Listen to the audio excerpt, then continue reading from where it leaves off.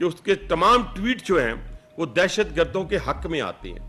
کوئی ایک ٹویٹ میری پڑھی لکھی قوم بتائے, میرا ینگسٹر بتائے کہ جو فلسطین کے حق میں آیا ہو, اسرائیل کے خلاف آیا ہو, ہندوستان کے خلاف آیا ہو, دہشت گردوں کے خلاف آیا ہو. آج تو یہ ظلم ہو رہا ہے اس پاکستان کے اندر کہ وہ کہہ کیا رہا ہے, وہ دہشت گردوں کو اور شہداء کو برابر کرنے کی کوشش کر رہا ہے.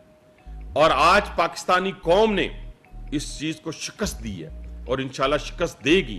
لیکن کے پی کے اندر ان کو کہا کیا جا رہا ہے, میں پھر ادھر اب واپس آتا ہوں اپنے فیکٹس اینڈ فگر کی طرف. کہا یہ جا رہا ہے کہ خوارج لوکل کو کہا جا رہا ہے, آبادی کو کہا جا رہا ہے, پختونوں کو کہا جا رہا ہے کہ ان اخوانوں کو آپ نے کچھ نہیں کہنا, ان دہشت گردوں کو آپ نے کچھ نہیں کہنا, یہ آپ کو کچھ نہیں کہیں گے, یہ صرف فوج پہ حملہ کریں گے, یہ صرف پولیس پہ حملہ کریں گے, یہ صرف ایف سی پہ حملہ کریں گے. تو فوج کے اندر کون ہے, پولیس کے اندر کون ہے, ایف سی کے اندر کون ہے, پختون نہیں ہے. اور کیا ہوگا, میری حکومت چلتی, میری لوٹ مار چلتی رہے گی, میں نارکوٹکس جو ہے وہ سمگل کرتا رہوں گا.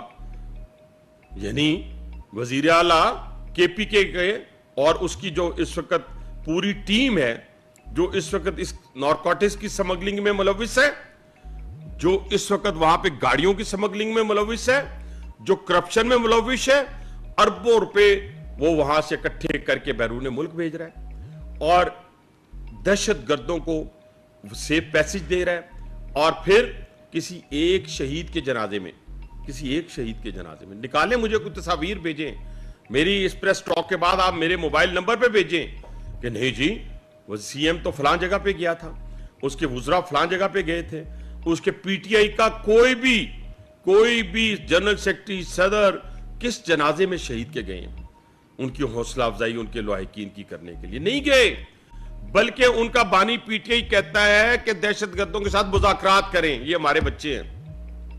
یہ افسوس نہیں ہے تو اور کیا ہے؟ کیا پاکستانی قوم کو یاد نہیں ہے کہ اربوں ڈالر رکھنے والے لوگ جو ہیں وہ ان کو وہ عزت حاصل نہ ہوئی جو الحمدللہ پاکستان کی مسلح افواج نے ایل او سی کے اوپر 22 چوکیوں پہ قبضہ کر کے پوری دنیا میں فتح کی نشاندہی کر دی, اور شاہینوں نے ہندوستان کے اندر گھس کے مارا.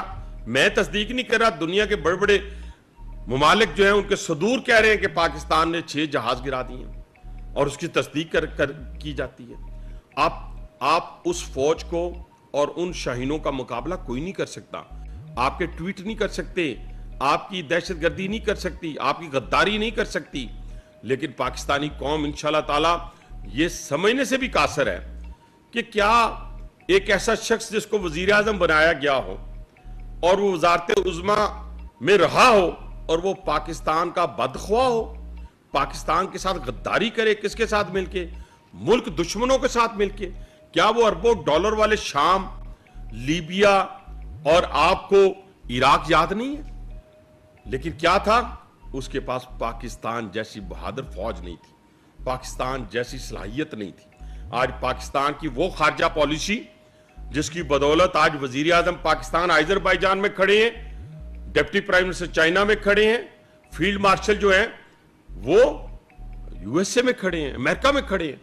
یہ 77 سال میں دیکھنے میں نہیں آیا.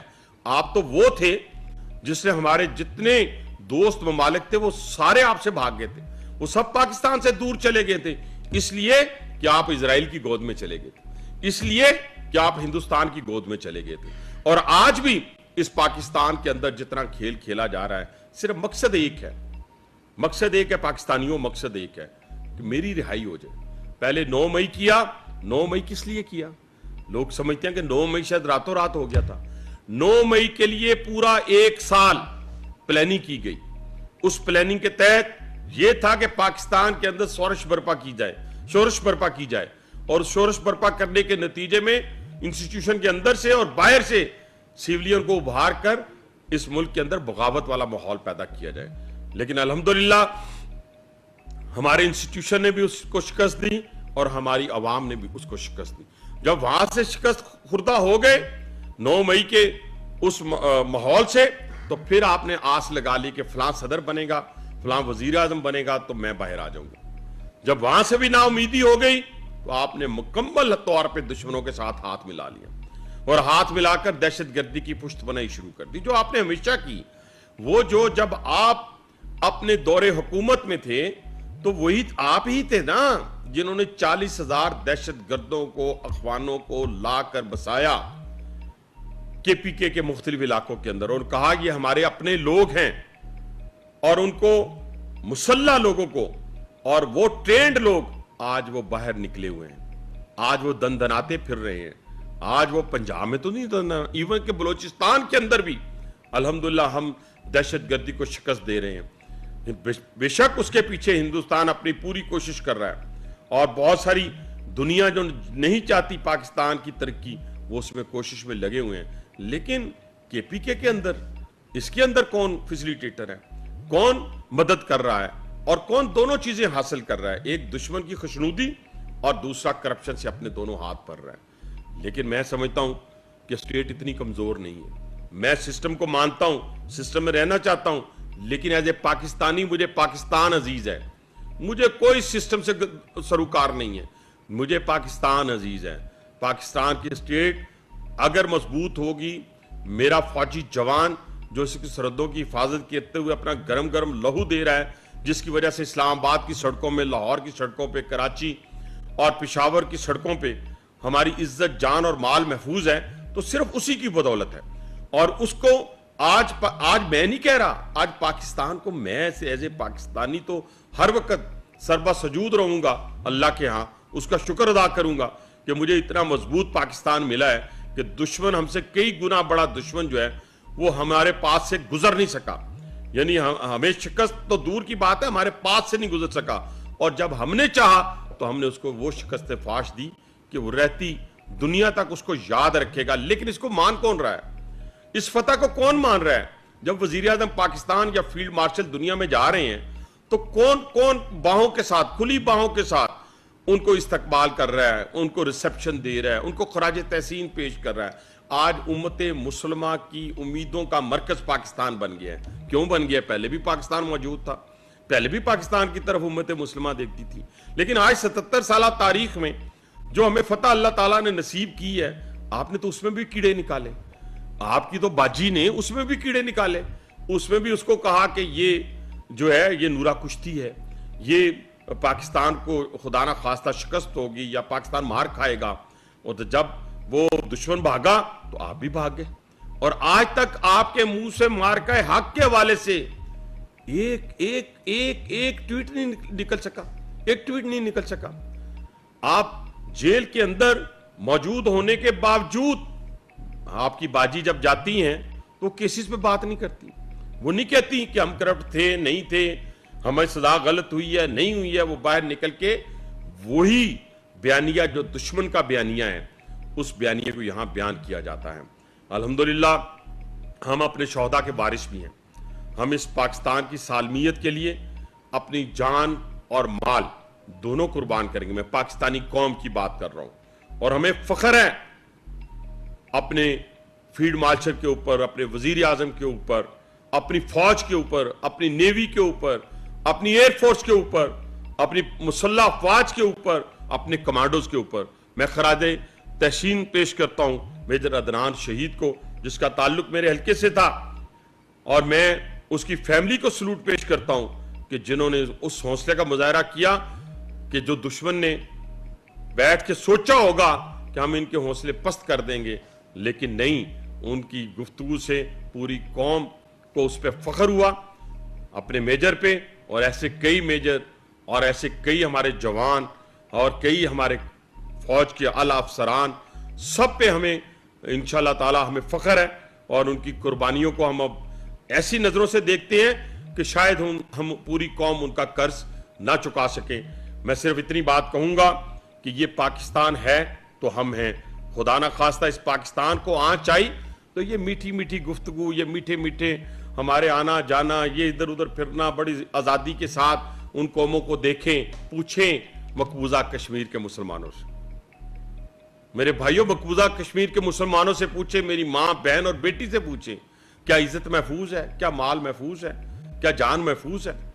آج پوچھیں فلسطینیوں سے, میرے فلسطینیوں سے, میرے فلسطینی ماؤں, بہنوں اور بیٹیوں سے, کیسے 70 سے 80 ہزار جو ہے گاجر مولی کی طرح کاٹ کے رکھ دیا گیا. آج میں نام نہیں لیتا کسی ملک کا بھی جن کے پاس اربوں ڈالر ہیں، مسلمان ممالک ہیں، ان کے پاس اربوں ڈالر کا اسلحہ ہوگا، لیکن ان کے پاس وہ فوج نہیں ہے، ان کے پاس وہ حفاظت کرنے کے لیے شاہین نہیں ہے۔ تو میرے پاکستانیوں، ہمیں اپنے اندر چھپے ہوئے دشمن کا محاسبہ کرنا ہے۔ یہ پاکستان ہے تو ہم ہیں۔ میں کہتا ہوں کہ کیا ہم نے یہ الفاظ بانی پی ٹی آئی کے منہ سے نہیں سنے کہ پاکستان پہ بم گرا دیا جائے؟ کیا ہم نے یہی نہیں سنا پاکستان کے اندر کہ بھی گرتا ہے، تباہ ہوتا ہے، برباد ہوتا ہے، تو مجھے اس سے کیا ہے؟